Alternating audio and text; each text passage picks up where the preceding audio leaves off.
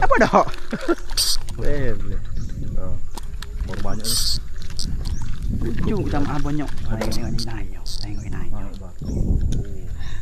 Kalau main dua orang dah ni. Dah bersurat. Tiko.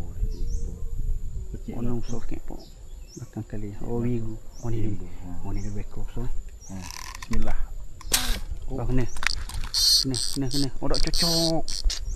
Aduh. Saya tak apa. Okey. Naik. Ni saya 3 jari.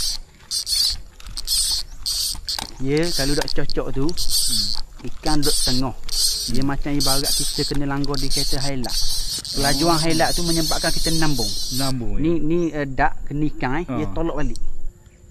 Dia dak cukup momentum. Impact tak ada. Kalau kita kena langgar di Mywi baru selenyek sebab laju kan. Sebab dia kalau duduk ujung-ujung lain ataupun tepi tu ada ikan lain, dia tertolak. Dia bobos apa?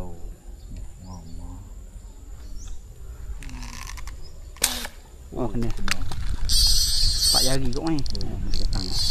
Besar ni. Nampak 4 ke 5 pak. Sama ni. Saya makan tu tapi saya tak tembak. So ni kalau nampak je lah. Latihan. Latihan mata. Latihan untuk abang tengok. Abang makan ikan sungai? Ni besar kek bang.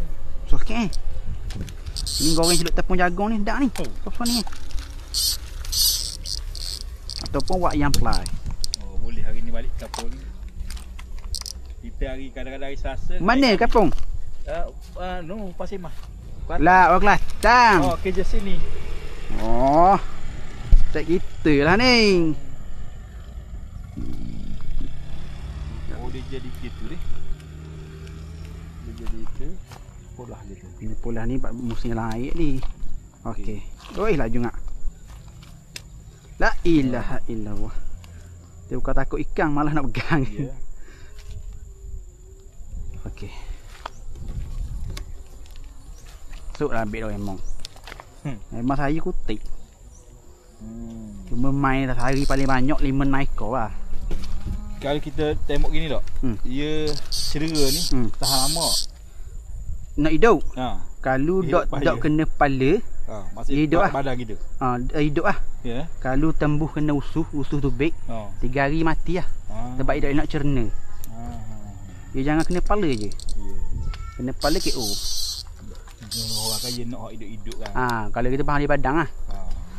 Bahan di badan dok tubik usuh hidup. Kalau tubik usuh tu 3 hari mati lah. Dia nak cerna.